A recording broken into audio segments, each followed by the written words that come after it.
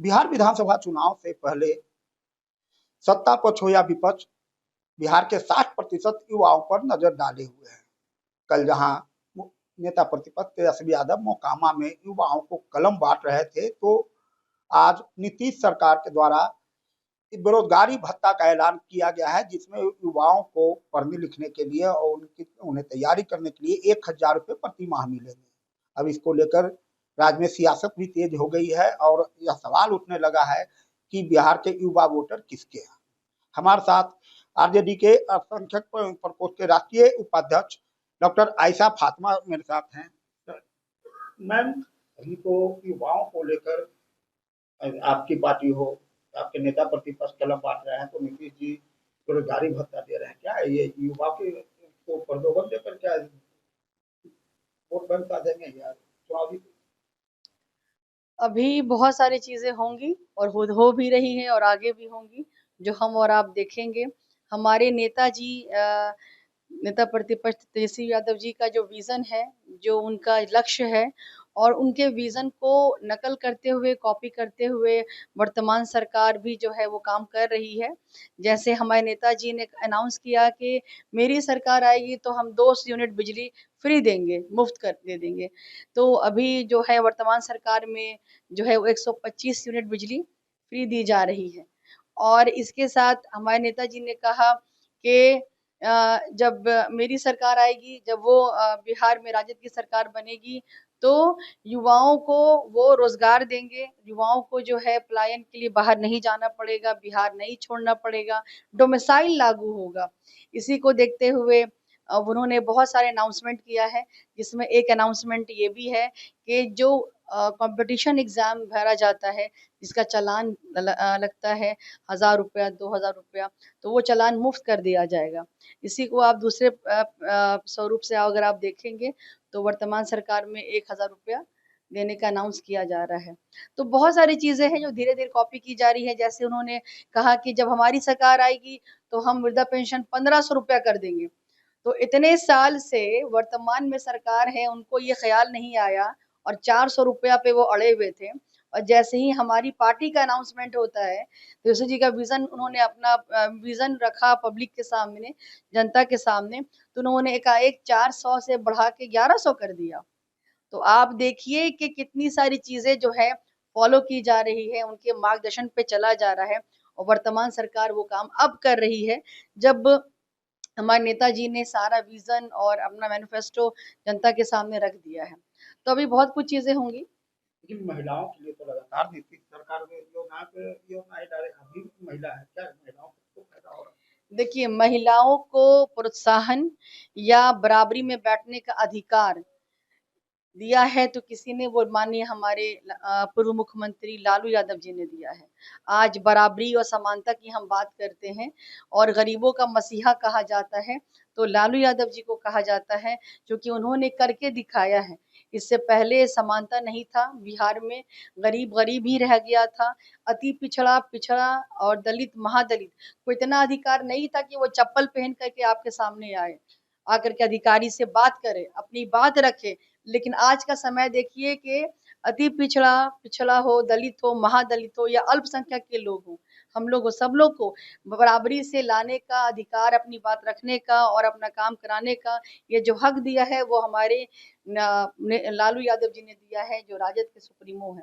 तो इस चीज के अगर आप कहेंगे, तो मैं एक उदाहरण अब खुद भी आपके सामने हूँ कि मैं माइनॉरिटी से आती हूँ और मैंने पार्टी के लिए बहुत काम किया है, और मैं लगातार सक्रिय हूँ, मैं काम करती जा रही हूँ।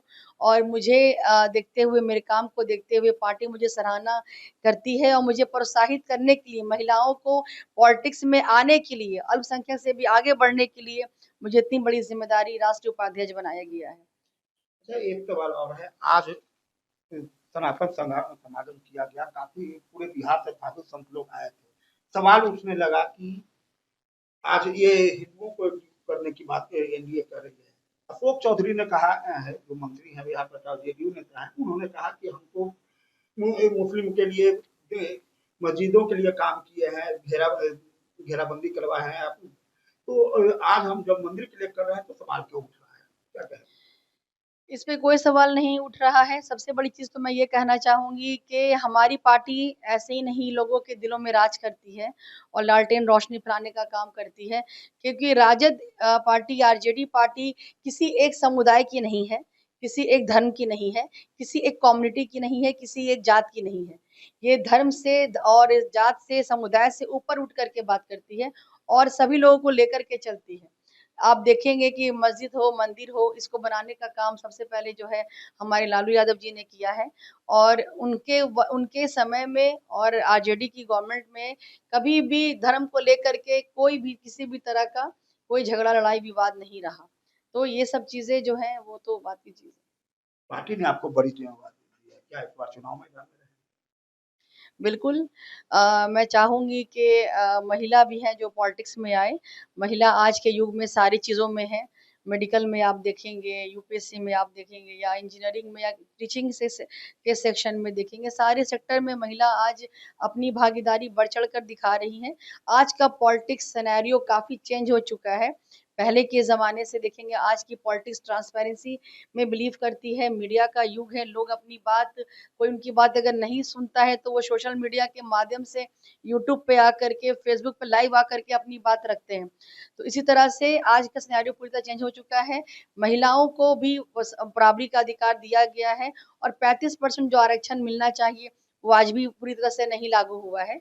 तो इसी तरह से मैंने जो काम किया है अब तक और मुझे मेरे क्षेत्र में कॉन्स्टिट्यूएंसी में लोग काफ़ी पसंद करते हैं और मुझे ये लोग चाहते हैं कि आप मैडम आगे आइए ताकि हमारी भी हिम्मत आगे बढ़े और युवा के साथ-साथ एक महिला होने के साथ-साथ मैं शिक्षित भी हूँ, तमाम सारे पैरामीटर्स पे जितना एक पुरुष काम करने में संकोच करेंगे रात में या फिर आधी रात्रि को उठ के कंबल बाँटना हो या जागना हो या सम्मिलित होना हो किसी भी सभा में, मैं हर एक काम में करने में सक्षम हूँ, मैंने करके दिखाया है।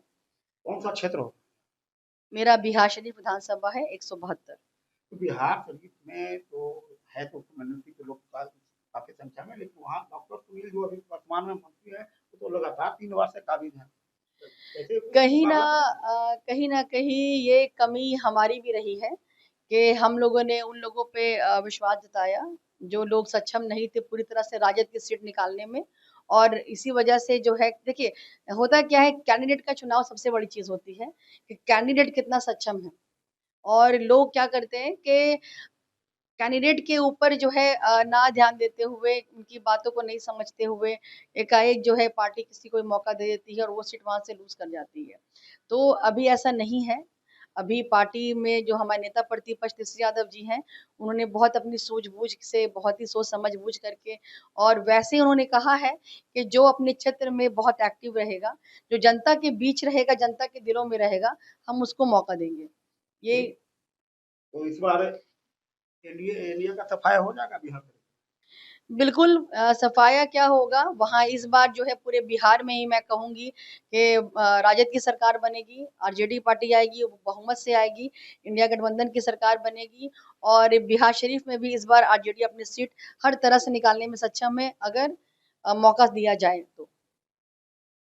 तो ये आरजेडी के राष्ट्रीय अल्पसंख्यक प्रकोष्ठ के उपाध्यक्ष आयशा फातिमा, जिन्होंने बाकी से अपनी बात को रखा, बिहार शरीफ से आती हैं, उन्होंने साफ तौर पर कहा कि अगर पार्टी ने मौका दिया तो हम इस बार बिहार शरीफ में जो एनडीए का एक गर्व माना जाता है उस पर फतह करेंगे। तो वही इन्होंने अशोक चौधरी और अभी जो कलम बांटने और जो सीएम नीतीश के द्वारा तो जो बेरोजगारी भत्ता दी जा रही है उस पर भी उन्होंने जमकर हमला किया और कहा कि यह तो पूरी तरह हमारे नेता प्रतिपक्ष के जो घोषणा है उसकी कॉपी की जा रही है।